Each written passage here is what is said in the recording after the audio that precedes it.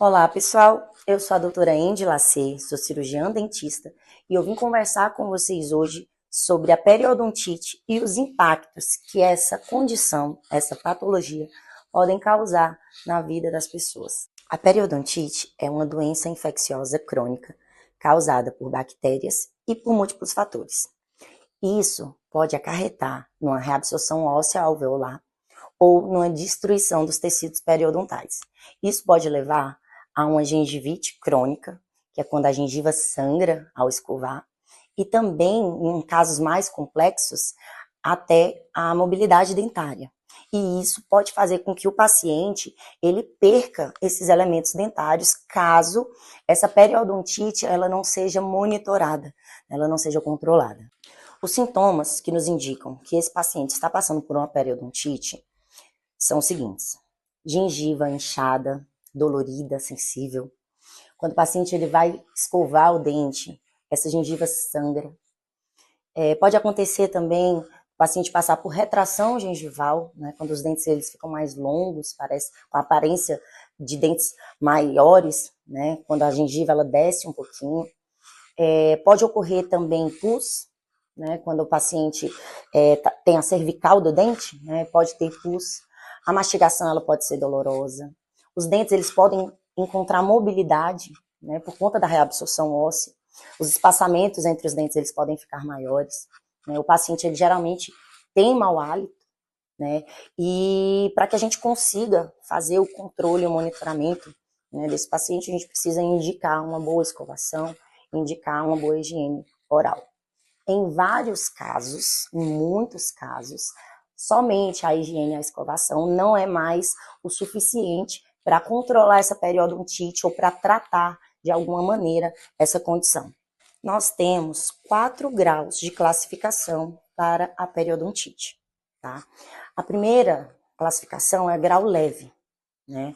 Quando a gente encontra somente uma gengivite, né? Uma inflamação, mas não é tão severa, né?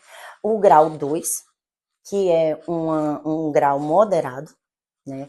O grau 3 é um grau severo de periodontite. E o grau 4 é quando os dentes, os elementos dentários, eles já estão condenados, né? A gente já não consegue mais manter esses elementos na boca do paciente. E aí, qual o tratamento primário, né, para controlar essa condição no paciente? Primeiro, a gente precisa fazer o controle mecânico dessa placa bacteriana. A gente faz a retirada, faz a raspagem através da ultrassom, através das curetas, né, de raspagem, faz uma boa profilaxia. E indica o paciente, né, para que ele continue essa higiene oral em casa, através da utilização do fio dental e da escova de dente. Muitas pessoas elas não entendem, né, a importância do fio dental na higiene oral. E eu costumo falar que um não anda sem o outro, né? O fio dental ele é um amigo íntimo da escova de dente, eles precisam andar em conjunto, principalmente quando a gente vai tratar de questões periodontais.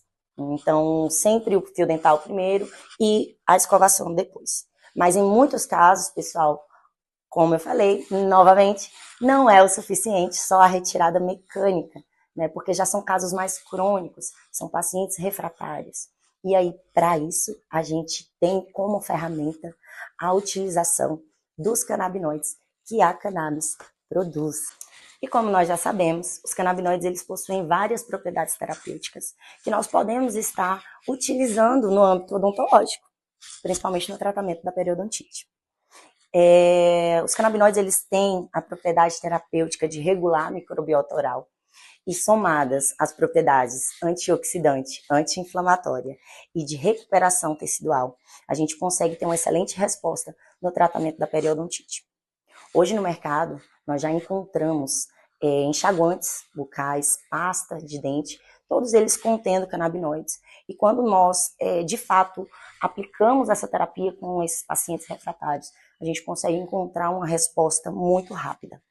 Infelizmente, esses medicamentos, esses produtos, ainda precisam ser importados, a gente não tem uma produção nacional, e o valor desses produtos ainda não é tão acessível assim para todos, né, para toda a população.